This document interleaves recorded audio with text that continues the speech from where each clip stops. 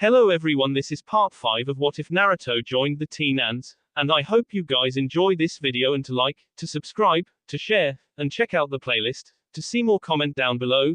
Now let's start the intro. They call me a god. They call me a god. They call me a god. Join my membership, the perks are great. It's in the description. You want me to what? Naruto exclaimed. He couldn't believe what he was hearing. She wanted him to kill her. What was he going to do? A plan formed in his mind. If you do, I'll let you go, she said, examining her nails. Fine, I'll do it. I've always liked you anyway. Naruto lied. He stood up and walked over to the doorway slowly. Ivy grinned. But, Naruto began, I'll only kill you once I'm out, he stated. Ivy's features hardened. She walked forward and seemed to pass through the barrier with a crackle of sparks. She grabbed his hand and slowly began to pull him through the barrier. She made sure she kept her other hand on the other side of barrier as she pulled him. Naruto felt like every hair on his body was standing on end. A large and powerful tingling sensation ran through his body as he passed through the barrier. I guess you can pass through this side, but not the other, Naruto asked once he was through.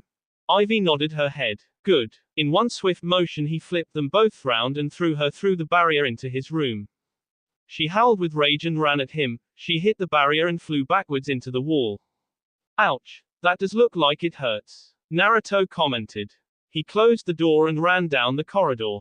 In a flash he was already out of the complex. He leapt from rooftop to rooftop on his way to the T-Tower. Once he was at the base of the large building he tried the door. Unfortunately, it was locked. He knocked on the door loudly and erratically, trying to gain an answer from within. When none came he began looking for alternative ways of gaining entry. He looked up and saw a single high open window. He leapt for it. Robin, Beast Boy, Starfire, and Cyborg all heard the door. Raven appeared out of her room and they all headed for the front entrance. Robin unlocked the door and they all peered out into the empty night air. Wind at their faces as they looked the area over.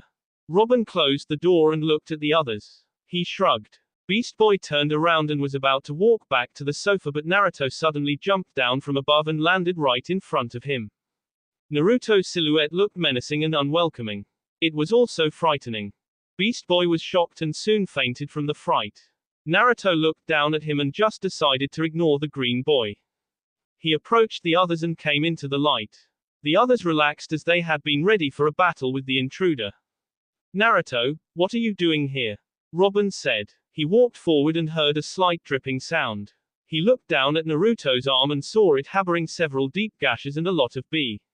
The crimson flow was currently dripping to the floor in a slow trickle.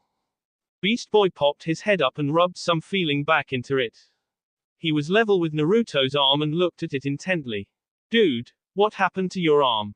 He asked. I was about to ask the same thing, Robin said. Naruto. Robin requested, looking Naruto in the eyes. Oh, it's nothing, he said, looking his arm over. It'll heal in a couple of days. Starfire inspected the wound before wrapping Naruto in a bone-cracking hug. I am so sorry for your wound, friend Naruto, Starfire said over the groans of pain from Naruto. She released him and Naruto found himself able to catch his breath faster than usual. Maybe he was actually getting used to Starfire's hug. The pain in his back said otherwise though. So what happened to you?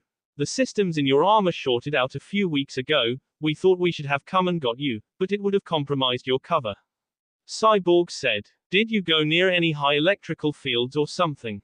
That would have shorted out the armor. I'm not sure. I'm kinda clueless about this stuff, remember? Naruto said, scratching the back of his head. I did use a lightning-based jutsu on someone. Would that be the same thing? Maybe, Cyborg said, scratching his chin. How powerful?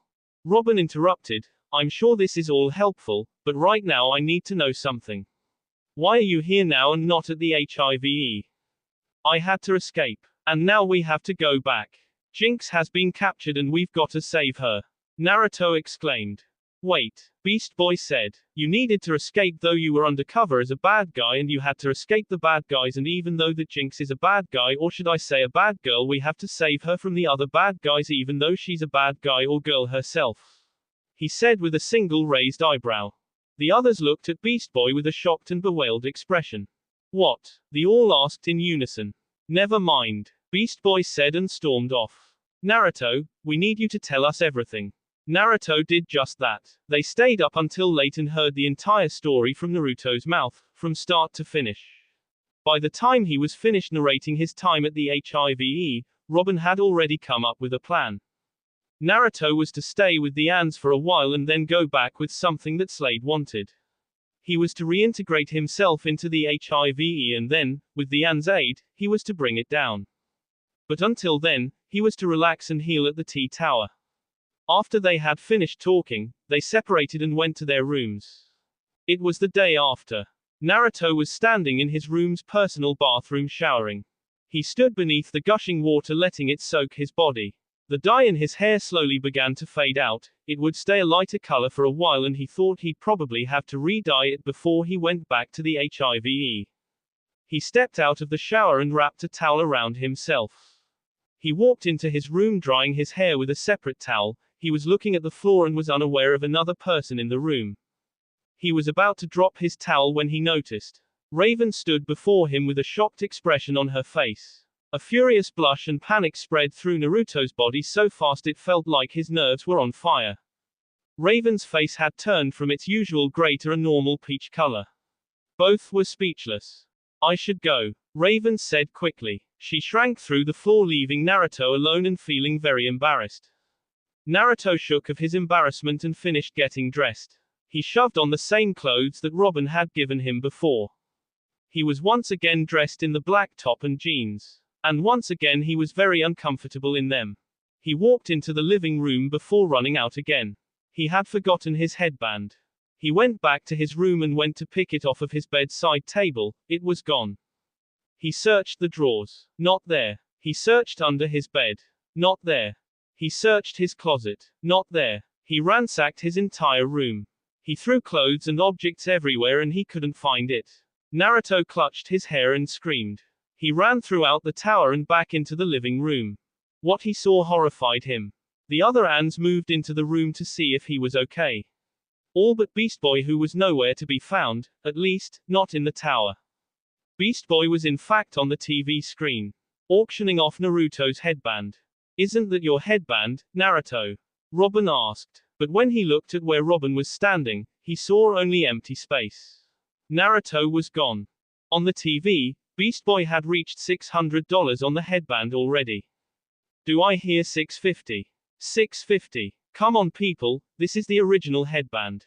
Not a copy. 650. Ah, yes, 650 from the nice woman in front. Beast Boy was obviously having a good time. Suddenly, in a trail of smoke, Naruto rushed onto the screen, grabbed Beast Boy by the back of his costume, swung him around with a single hand and threw him into the air. He landed, face first, on the camera. Beast Boy's mug took up the whole screen. Not something I want to see in the morning, Raven said drearily. Beast Boy was dragged away from the camera by Naruto and off of the screen.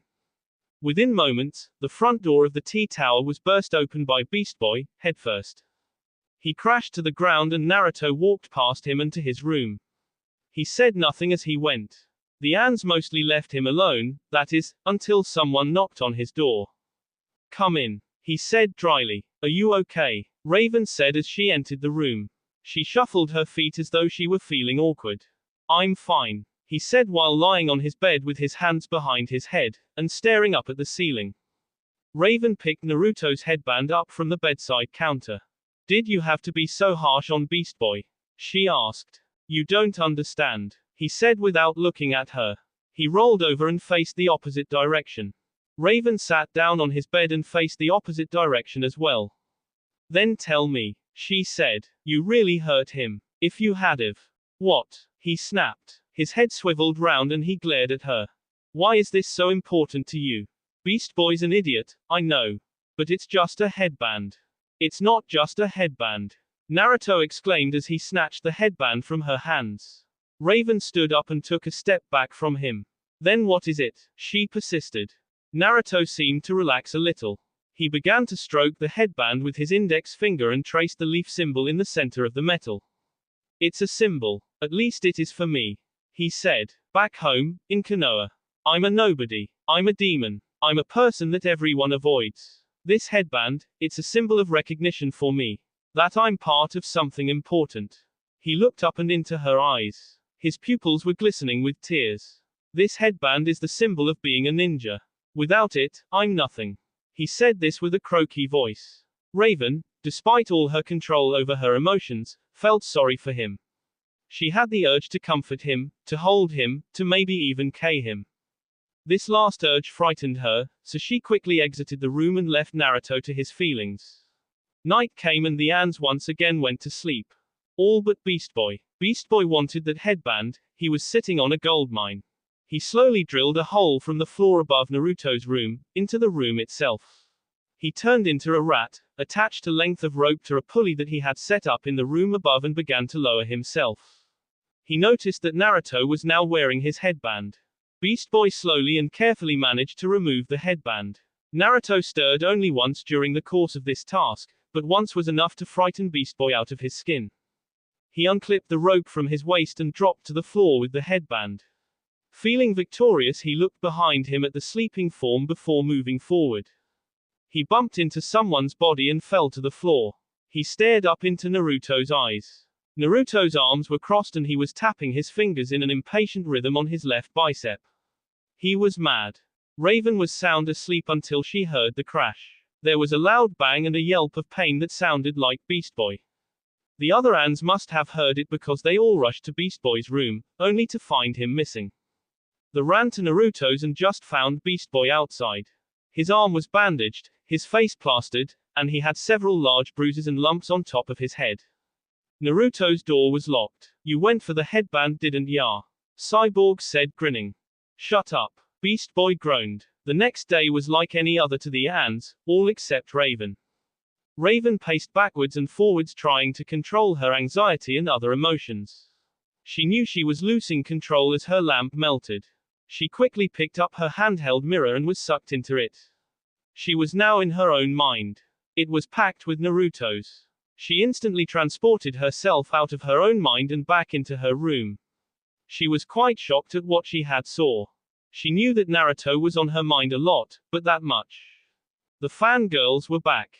The entire T-Tower was surrounded by Naruto Uzumaki fans. Most wore T-shirts that harbored pictures of the blonde-haired hero. Naruto's little fiasco with Beast Boy had alerted everyone to his return. Something that wasn't greatly appreciated by the other ants. Naruto's hand had been bandaged but it wouldn't stop. These past few days really had been a series of unfortunate events. Dearest, you must do it, said Raven's mother. This turmoil is destroying you. Everything will be better once it is done. I know, but it's doing it, that's the problem. Raven pleaded. Her mother smiled at her. You are still young, and so you have the embarrassments of a youth. Her mother said with a large knowing smile. A large blush rushed through Raven's face. It isn't that, she defended rapidly. Really? Her mother raised one of her eyebrows and looked at her in the eyes. Raven looked away. Okay, maybe it is. What am I supposed to do? Raven sat down in her dark oak chair next to her desk. Her mother approached her from behind and laid a hand on Raven's shoulder. But her current incorporeal state meant that Raven couldn't feel it, no matter how much she wanted to. What does your heart say? Her soft voice pierced Raven's heart and made her almost want to cry. A few pencils and other items on her desk began to rattle and shake. Raven consciously forced her emotions to quiet themselves. You know what to do, my dearest. I leave it to you how and when. But I suggest soon. There was a slight flash of light and Raven's mother was gone. Raven stood up, turned around, and gathered her candles in a circle. She focused her power and said, Azurath Aldor Metrian Ingare Talman Zinthos. She was then engulfed in the darkness of her personal dimension in space and time. Raven did what she usually did, she let down all her control and tried to cry her sorrows out. Nothing happened. Raven could feel the tears swelling up in her eyes, but for some reason none of them would fall. Her sea ached and she felt a great depression swim through her body, but she was unable to let any of it out. She couldn't cry. She couldn't scream. She was trapped in her own body. She transported herself back and went to her bed. She laid herself down and drifted off to sleep. Naruto sat on the couch feeling bored. He found this world increasingly strange. He even felt different in it. Back in Konoha he had rarely felt bored. He would either be training, or being attacked. But here, he was bored. Very bored. He no longer felt fascinated by the large amount of technologies and devices that he'd never seen before. He just couldn't be bothered to feel excited these days. Beast Boy walked around the couch and sat in it. He leaned forward and rested his elbows on his knees. Naruto, he said. Naruto murmured in response. I'm sorry. Naruto looked at him and felt a swell of respect for the green boy swell within him. Thank you, he said. Come on, I want to show you something. Beast Boy got up and walked off. Naruto turned off the TV and climbed off of the couch. Naruto didn't know where Beast Boy was taking him. They had been walking for at least an hour with no end in sight. Naruto noticed that they were heading for some kind of mountain outside of the city. Are we gonna walk all the way to that mountain? Naruto asked curiously. Sure are, Beast Boy said without looking back at him. Naruto was used to traveling long distances, but he got the feeling that Beast Boy was the lazy kind of person. So why was he making them walk? Naruto queried him about this. Beast Boy listened to Naruto's points and stayed silent for a moment. Well, Naruto asked. Beast Boy sighed. Let's just say that the place we're going to, it's the kind of place I'd rather walk to. Naruto found himself shocked at the distance. He would usually travel long distances through trees and places where he could cover distance quickly, but the coarse concrete beneath Naruto's feet was actually beginning to hurt him. Beast Boy, however, wasn't showing any signs of tiring. Naruto found this increasingly strange.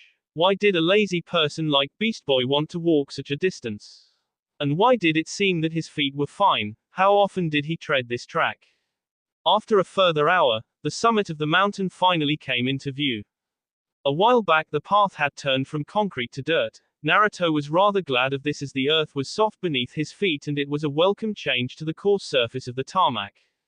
Naruto looked up at the mountain and suddenly came to realize something. It wasn't a mountain, it was a volcano.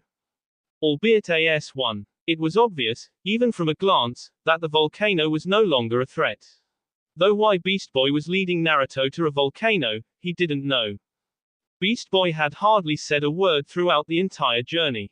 It were as if he wanted Naruto to see what he wanted to show but wished to retain his general ritual of silence. For that was obviously how he preferred to undertake this journey, in silence. After about 20 minutes of walking they came to a huge chasm at the summit of the volcano. Across this chasm was a form of bridge. It was not man-made and looked as though it was probably not stable. Beast Boy didn't seem to have any worries about it. Naruto got the impression that Beast Boy didn't like heights, but the green pointy-eared boy was seemingly unfazed by the dramatic drop below the rocky bridge. The bridge of rock led to a cave entrance into the volcano. Naruto and Beast Boy crossed the bridge in silence. Naruto was thankful that their journey had almost come to an end. Well, he hoped it had nearly come to an end. As they entered the cave mouth, Naruto and Beast Boy found themselves in a short tunnel. Stalagmites and stalactites littered the floor and ceilings, though there were more on the roof than on the path they treaded. Naruto was also thankful of this. The idea of having to walk on or around hundreds of sharp pieces of rock and ice did not bode well in his train of thought. They exited the tunnel. Naruto gasped. The area was completely hollowed out. Naruto looked up and he could see the deepening red sky of dusk through the mouth of the volcano. There was also a chasm and a bridge. The chasm went down for maybe a few hundred feet before it came to a rocky bed. There was no lava left. It was as though someone had somehow sealed the bottom off from the Earth's mantle. The bridge was about 30 foot long and ended in the very center of the volcano's hollow body. What he saw in the center was even more breathtaking than the volcano itself. A statue. But this was no ordinary statue. The detail in the carving was absolute. The female figure was obviously depicted in her teenage years. Her figure and clothing was so finely detailed that it seemed someone had carved her body, and then carved the clothing out of separate pieces of rock and fitted them to the statue. Naruto had never seen such quality. The girl was about his height. She had large, beautiful eyes that Naruto could only imagine to be colored blue were she a real being. She had long flowing hair that Naruto thought would have to either be a fine black, or a luscious gold. Her entire body seemed to be encased in a metallic suit. It looked strong and flexible. Her hands were also contained in metallic gloves. She stood with her arms outstretched as if to take hold of the world and keep it close. Her hair rose into the air as though a gust of power of wind had lifted it from its position. Overall, she was a very pretty girl. She was standing on a square pedestal of rock that held an inscription. Terra, a Teenan. A true friend. Terra, Beast Boy whispered. Who was she? Naruto asked Beast Boy in a low tone. However, even though his voice was quiet and soft, the loud chamber of the hollow volcano seemed to amplify and echo his words. Not. Was. Beast Boy said, confusing Naruto slightly. Is. Beast Boy turned around and faced Naruto. Her name's Terra. He began. And with that Beast Boy began to tell the story. Naruto had never seen Beast Boy as the storytelling type, but as he spoke about this past struggle of how she had befriended them, betrayed them, tried to kill them, then saved them, Naruto couldn't help but marvel at the detail in which he spoke. It was as though he were reading a book aloud. Naruto felt like he could see each bubble and steamy wisp of the volcano, hear the cries and blasts as the struggle commenced. Beast Boy spoke as though he had been waiting to tell this story for so long, as though he really didn't need any audience, but just felt the need to tell it to the earth and trees and rock beneath his feet. Naruto listened intently, not something he would usually do. He was captivated by the tale. It seemed unbelievable that this figure of rock was a living being, that it had once been a girl, that it had betrayed them and then saved them, that it had served the monster slate, and, though Beast Boy did not mention this outright, had captured the green boy's heart. It was a tale worthy of publishing, and though Naruto was no bookworm, he would certainly have loved to read such a tale.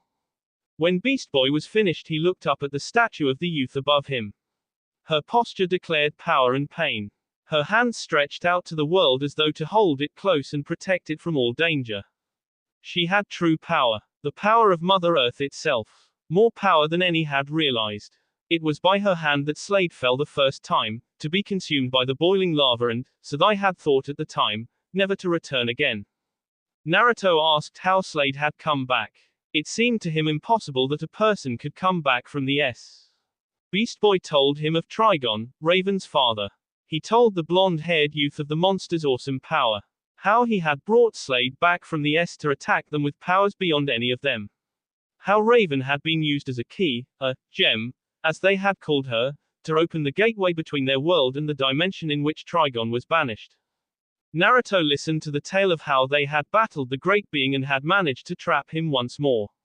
How they had managed to wrest Slade of his given power and lock him up in the zero-point chamber that Cyborg had invented. Naruto was shocked. Beast Boy had, inadvertently I might add, revealed a large portion of Raven's past and present. Naruto felt a great deep-down respect for her and all the Ans. He now realized what it meant to be a hero. To be a hero, one must be willing to wrest those they love for the greater good, and still have the strength to fight on afterwards. Naruto didn't know whether he had such strength, but he hoped he did. Because if such a situation ever turned his way, he would need such strength.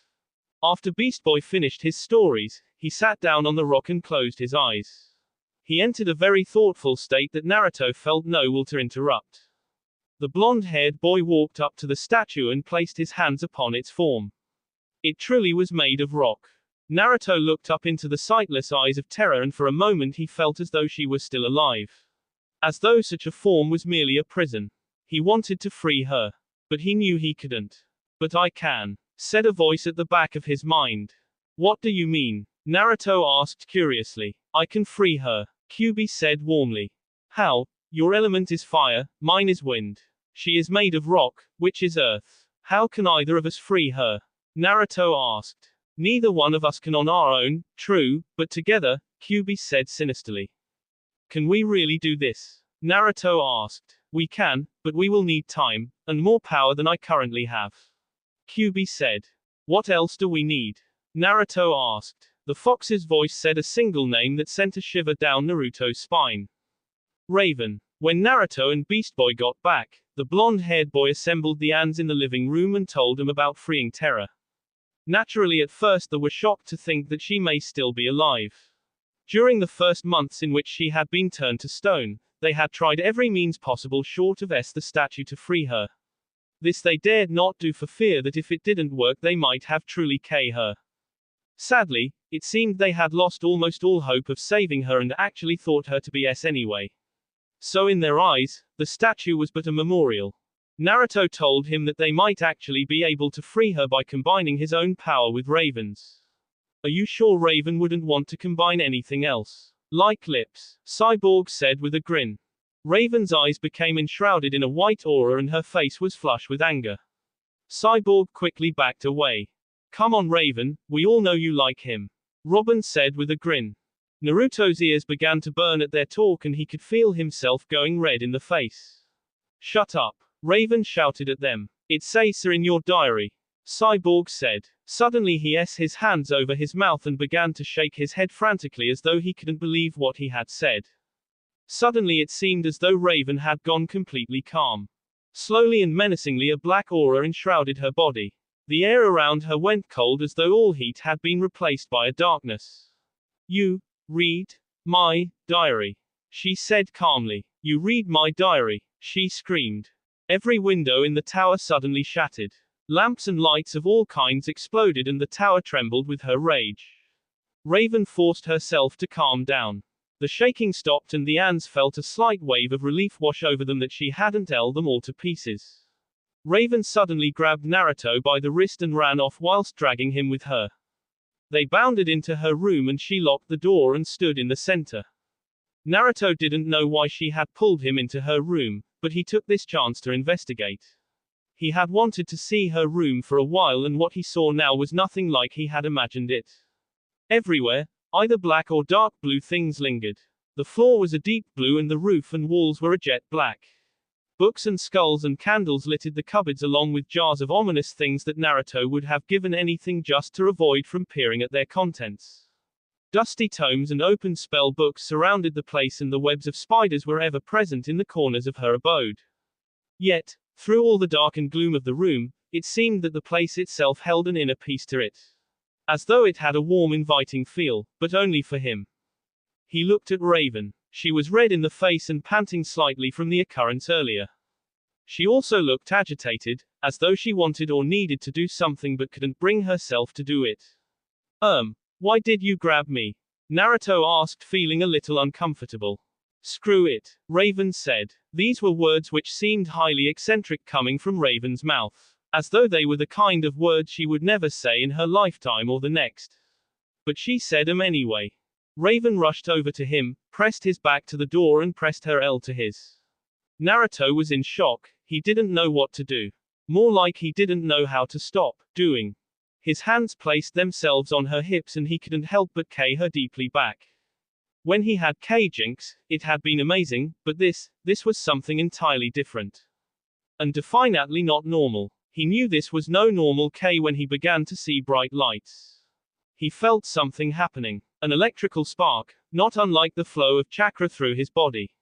But this was powerful, it caused a tingling sensation to tear its way through his body like nothing had ever before. It was akin to pain, but infinitely pleasurable. There was certainly something happening to Raven. The K wasn't really that heated or intimate, on the contrary it was a simple and childish one. But something was happening all the same.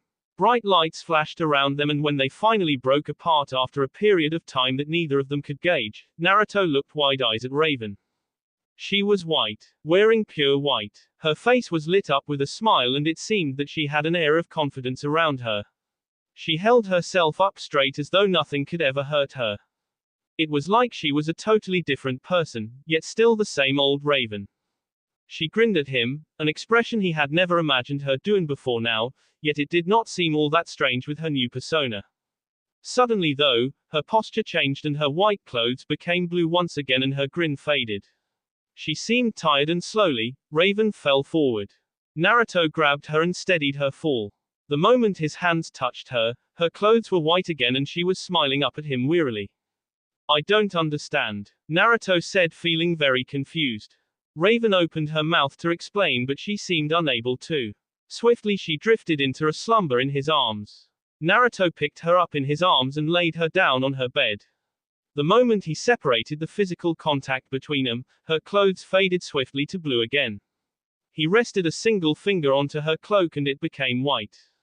Naruto was fascinated by this, but feeling tired himself, he climbed onto the bed with Raven and held her as they both slept.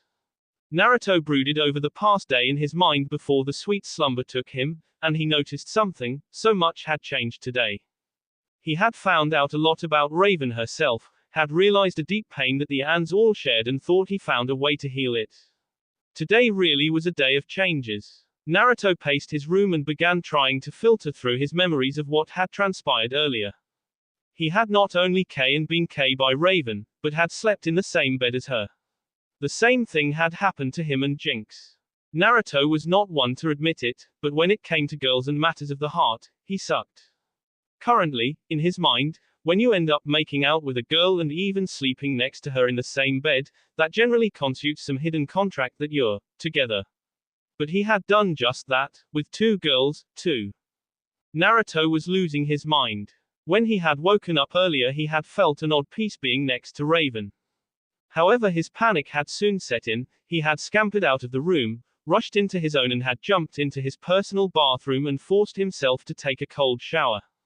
Once he got out, he shoved on the same clothes as before and began to ponder the events. He couldn't be with two girls at once. Even the thought of it caused a churning in Naruto's stomach. It all depended on which girl needed him the most. Jinx was a prisoner, and probably a victim. She had a tormented past and needed someone to be near. Raven had a dark past, present and future. She'd barely ever known a shred of happiness and was in an obvious need for companionship. They were both in need. Naruto figured that he'd have to do what he didn't want to, choose which one he'd rather be with. Now the thought of breaking any girl's heart almost broke his own right there and then. But what other choice did he have?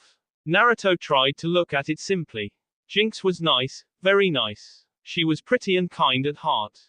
Raven was beautiful. She was smart, funny, and he didn't know. Naruto thought about it for a while but found that he just didn't know. There was something else about Raven, a connection, an understanding, a truth. Naruto knew his choice. He'd be with Raven. But the moment he thought those words, the image of Jinx crying and weeping for him invaded his mind. Naruto felt weak at the knees. Why did he have to choose? He hated having choice sometimes. He much more preferred following orders, but even that he didn't do very well come to think of it. What was he to do? Raven woke up. For a single moment she felt like something was missing. She didn't know what it was, but it felt as though something was out of place. She turned over and found nothing different. Her room was exactly the same and she was alone as usual. Then she realized, she shouldn't be alone. Naruto wasn't here. She felt a sudden panic rising within her and she had to consciously force herself to calm down.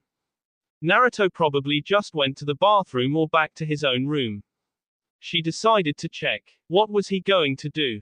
The thought ran through his mind like a song stuck on repeat. Naruto stopped pacing and collapsed on his bed. Knock, knock. Naruto almost jumped out of his skin. Come in, he called. The door opened and Naruto stared into the blue eyes of Raven. Hi, she greeted. Naruto approached her, scratching the back of his head. Look, he began. I'm really confused about this. Yesterday was, I want to, I like, you are, Raven grabbed the back of his head and pulled him into a deep K. Her cloak instantly changed to pure white, and all thoughts and confusion left Naruto's mind as he wrapped his arms closely around Raven's body. When the K ended, Naruto was feeling very dizzy and out of breath. He had forgotten to breathe and he was kinda regretting it. He still held Raven close and suddenly he felt a strong urge to know something about her. Raven, what's your name? He asked. Suddenly he panicked and though maybe she didn't understand.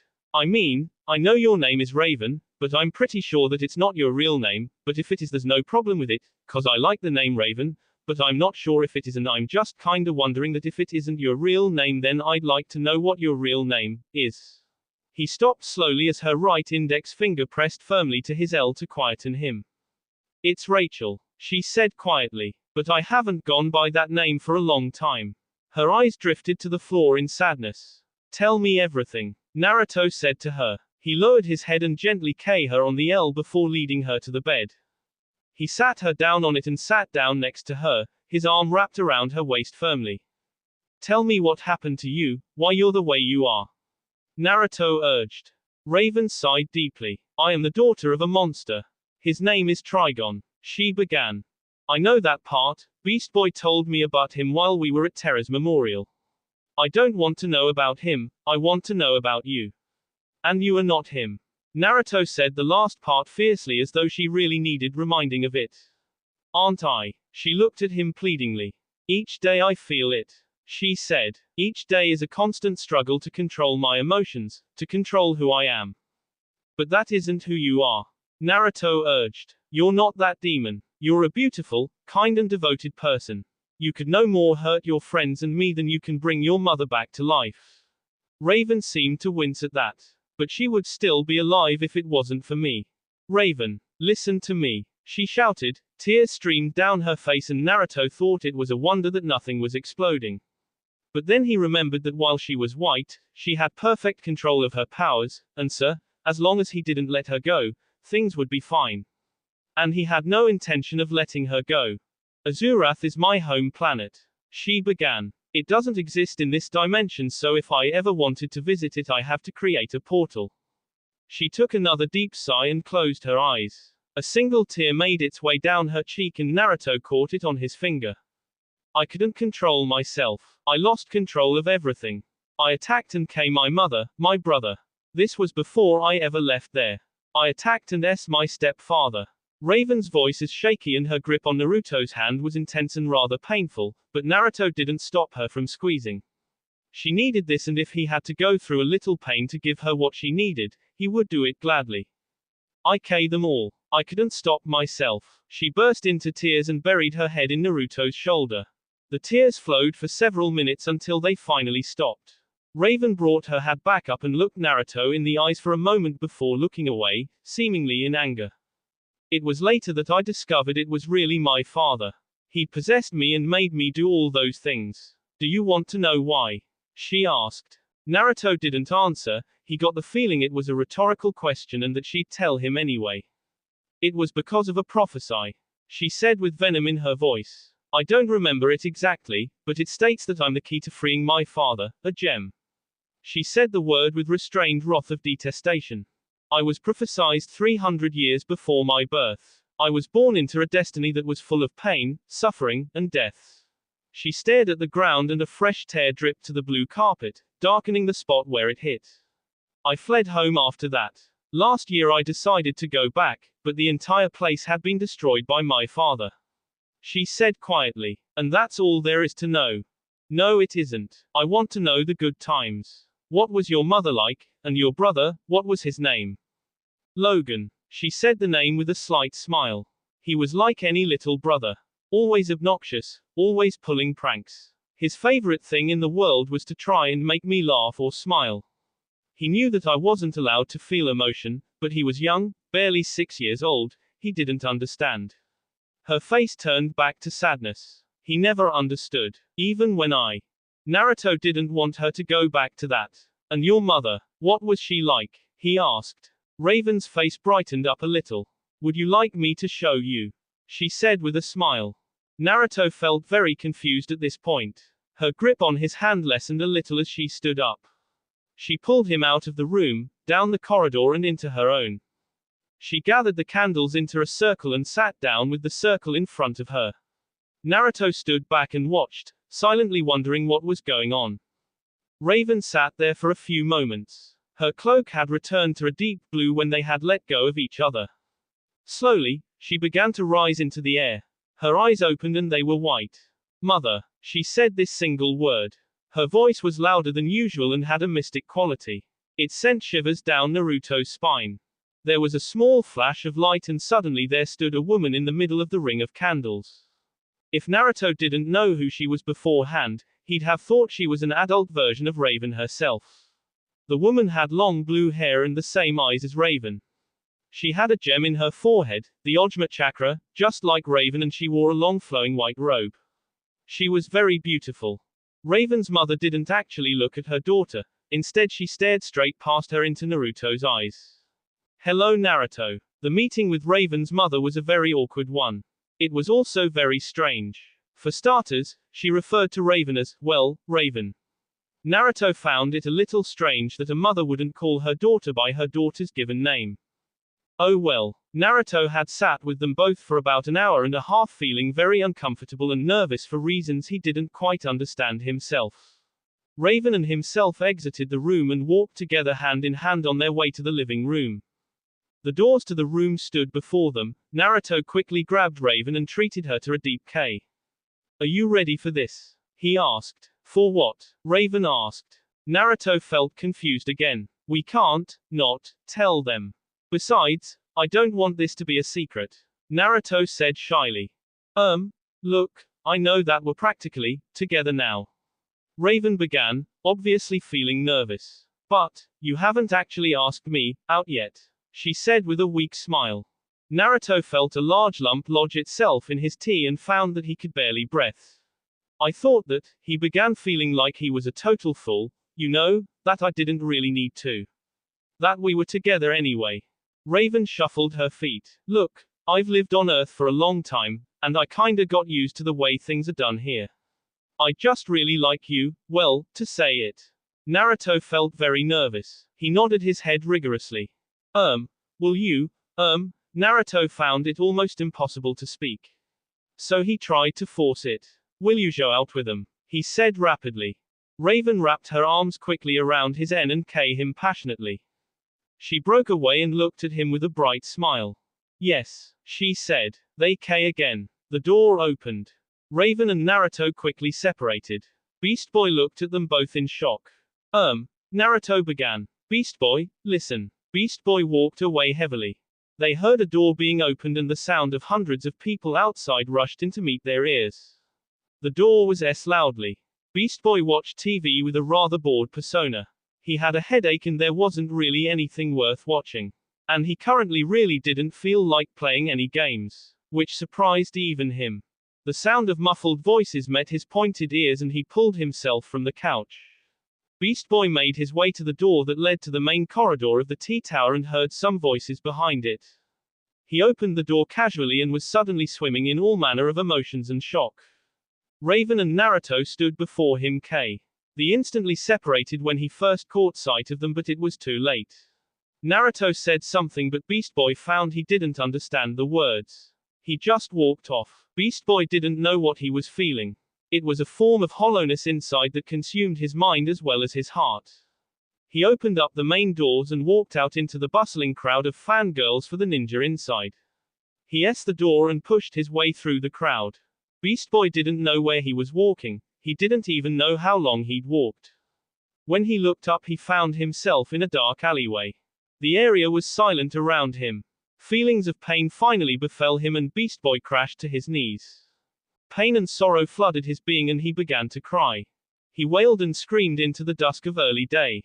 He collapsed his hands on the floor and began to quietly weep. Footsteps entered his hearing range but he paid them no heed. Until they surrounded him anyway. Well, if it isn't the Green Teenan, said a voice to Beast Boy's left. Where's your friends? Not here, he asked. Beast Boy just stayed where he was. Good, because no one will save you then, said the man that had spoken before. Suddenly, a fist grabbed hold of Beast Boy's hair and pulled him up. Beast Boy yelped in pain. The man looked Beast Boy in the eyes. He was large and powerfully built. The man had dark brown eyes and blonde hair that hung in tresses around his face. Beast Boy was suddenly thrown to the ground with a lot of force. He groaned in pain. The people around him began kicking and punching him. All the while Beast Boy groaned or yelped in pain, but to be honest, he didn't really feel it. Slowly his pain turned to anger. The image of Naruto with Raven burned a hole in his heart that soon filled with hate and anger, along with the sorrow and pain. The men around him stopped hitting and looked down at him with large grins. Beast Boy opened his eyes and looked at them fiercely. He rolled and swiped out at the nearest one. The man's C was shredded and he was thrown back from the force. Beast Boy's hands had turned claw-like. He jumped to his feet and thrust a fist at another. Halfway his fist enlarged to that of a gorilla's and the man was thrown off his feet. One of his attackers came up behind him, Beast Boy elbowed the man in the stomach, spun round and at the man's C. Crimson Bee splattered to the floor. Both Beast Boy's arms suddenly became that of a gorilla's and the two final attackers looked at him in fear. They turned and tried to run. Beast Boy ran after them, running like a gorilla does, using his gigantic arms to propel him forward. He reached the first and grabbed the back of the man's head. He drove the head into the ground without halting his pace. He let go and continued to run after the other.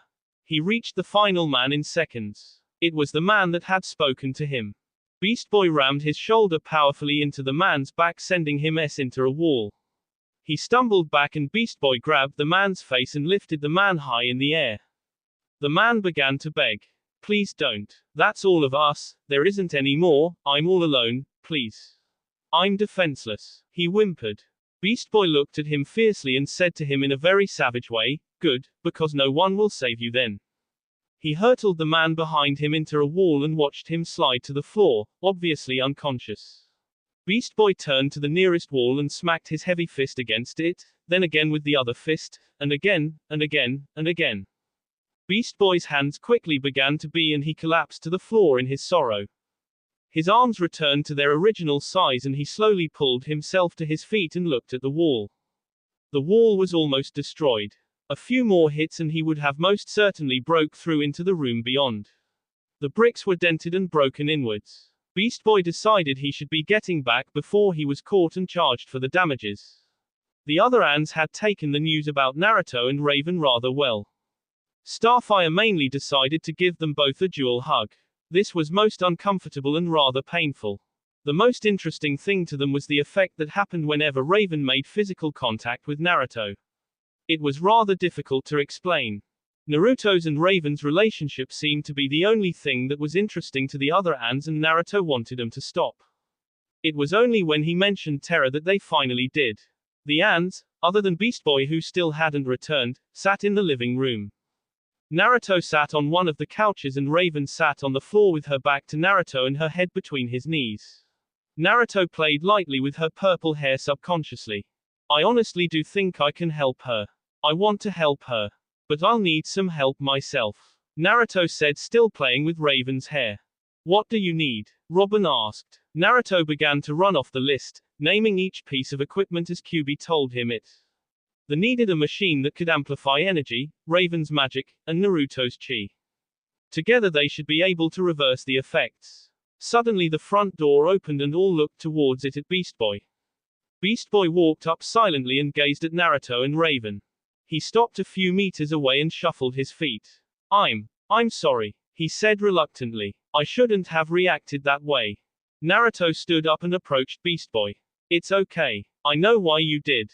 I'm sorry for how this turned out, but if it's any consolation, you still have Terra. Naruto said this with a smile. Beast Boy's eyes lit up. We're going to free her. I promise. Naruto said this to himself as well as Beast Boy. Thank you. Beast Boy said. It had taken Cyborg only hours to make the machine they needed.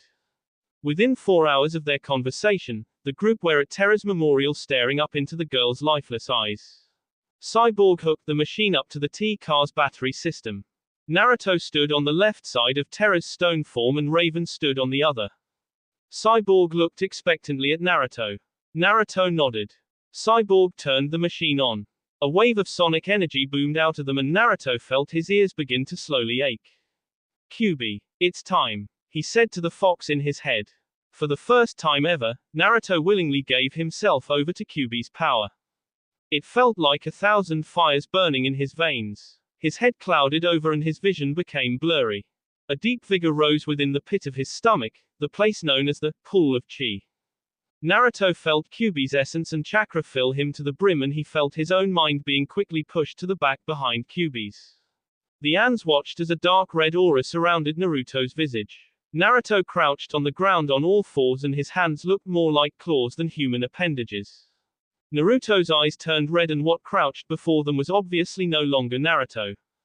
"It, Kyuubi off," Naruto said. His voice was dulled and demonic. The mere sound of it sent shivers down the spines of the other ants. Raven concentrated. Her eyes closed for a second and she raised her arms into the air.